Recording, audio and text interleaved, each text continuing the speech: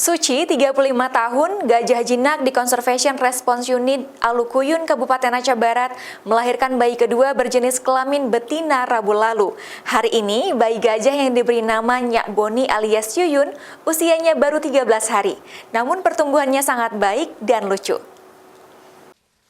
Hari ke hari, bayi gajah yang lahir di Conservation Response Unit Desa Alukuyun, Kabupaten Aceh Barat pada Rabu lalu, kini mengalami perkembangan kesehatan yang sangat baik dan lucu.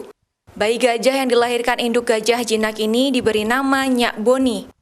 Namun mahot yang merawatnya di CRU memanggil dengan nama Yuyun, karena bayi gajah ini lahir di Desa Alukuyun.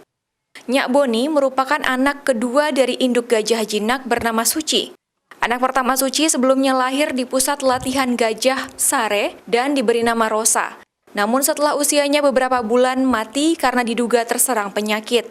Perkembangannya alhamdulillah sehat seperti diharapkan. Cuma agak sedikit berkurang suplemen untuk ibunya yang menyusui. Untuk sekarang kebutuhan yang paling urgen memang suplemen, tambahan makanan memang berkurang.